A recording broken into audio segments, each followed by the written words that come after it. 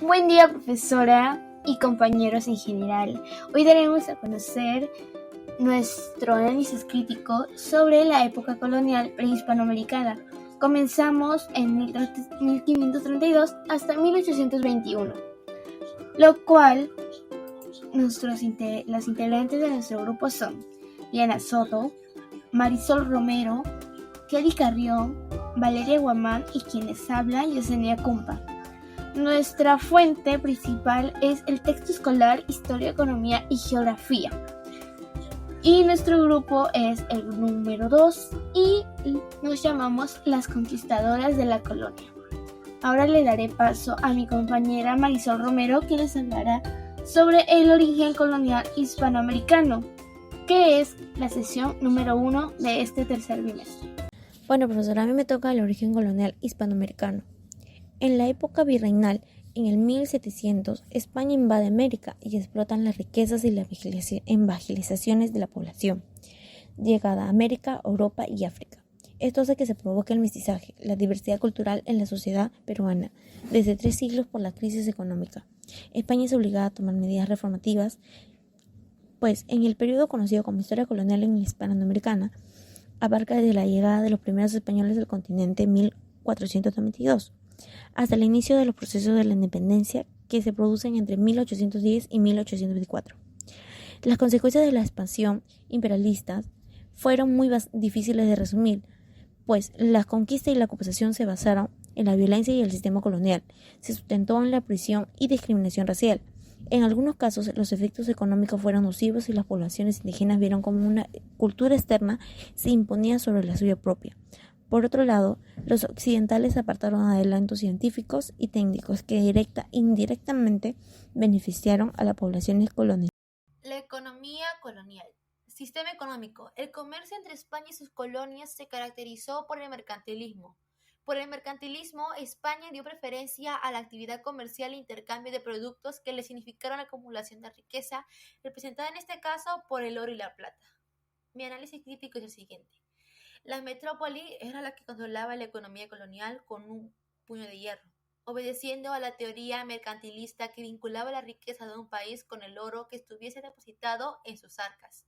Lo que caracteriza a esta economía colonial es que se obedece a los mandatos del colonialismo, es decir, que está planteada en términos desiguales y extractivos, para favorecer así a la metrópoli colonial. A decir verdad, esta economía fue implementada durante toda la historia humana. El impacto es que su aparición produjo cambios en la sociedad que pasó de tener una economía de subsistencia a una economía de sobreproducción. Sobre la sociedad colonial. La conquista española produjo una profunda transformación de la población andina, formando de esta manera una sociedad jerarquizada y estratificada con marcadas distinciones étnicas, sociales y jurídicas. En la sociedad colonial había una pirámide. En la parte más alta estaban los españoles, los cuales eran conformados por encomendaderos, hacendados, comerciantes, mineros y funcionarios. En la parte media estaban los indígenas, que eran los curacas, mercaderes y artesanos. Y en la parte más baja estaban los esclavos africanos, los cuales eran personas negras traídos de África para servir a los españoles. Mi análisis crítico sobre el tema es que durante la sociedad colonial hubo distinciones de 3 tipos, como ya se mencionó, los cuales eran étnicos, sociales y jurídicos, los cuales con el paso del tiempo se fueron mezclando, dando como origen una serie de nuevos grupos o castas. Con esto llegaron los prejuicios y discriminaciones que conllevaron a la desigualdad social, lo cual creo que es un tema importante del que hablar, ya que los españoles solo demostraban desprecio ante estas nuevas castas y creaban ideas erróneas de ellos, haciendo que se les viera de una mala manera, hasta que otros españoles señalaban que solo eran mentiras para justificar la hegemonía y las ambiciones que tenían. Gracias. Las reformas borbónicas. Les daré una pequeña introducción de mi sesión. Las reformas borbónicas fueron una serie de cambios administrativos aplicados por los miembros de la monarquía absolutica borbónica a partir del siglo XVII. En mi análisis crítico, algo que me impactó fue que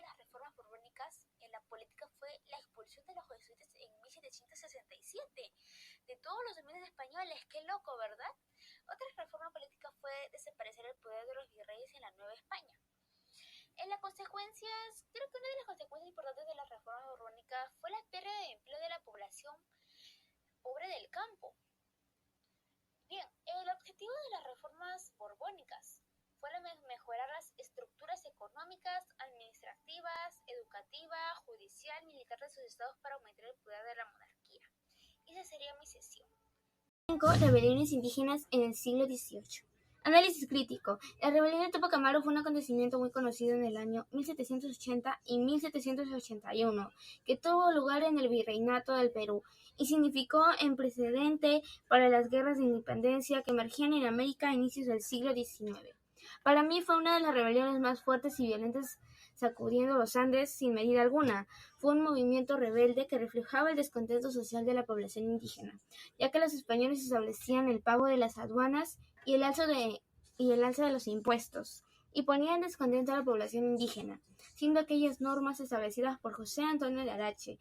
Por otro lado, la razón por el levantamiento de la rebelión de Tupac Amaru fue gracias a los españoles, ya que implementaron las reformas borbónicas, donde las tasas se elevaron hasta un 6%, perjudicando a los indígenas, pero el levantamiento de aquellos lograron reducir estas tasas hasta un 4%, al igual que los impuestos.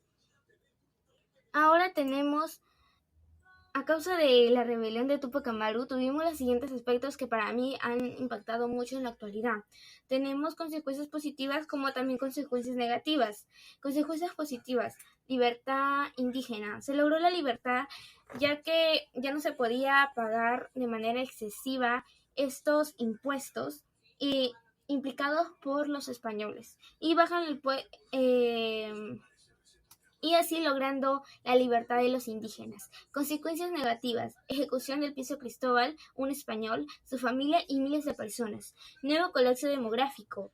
Se prohibieron manifestaciones artísticas y o literarias, ya que los españoles querían imponer su religión y también normativas que daba el español. Se prohibió hablar el quechua.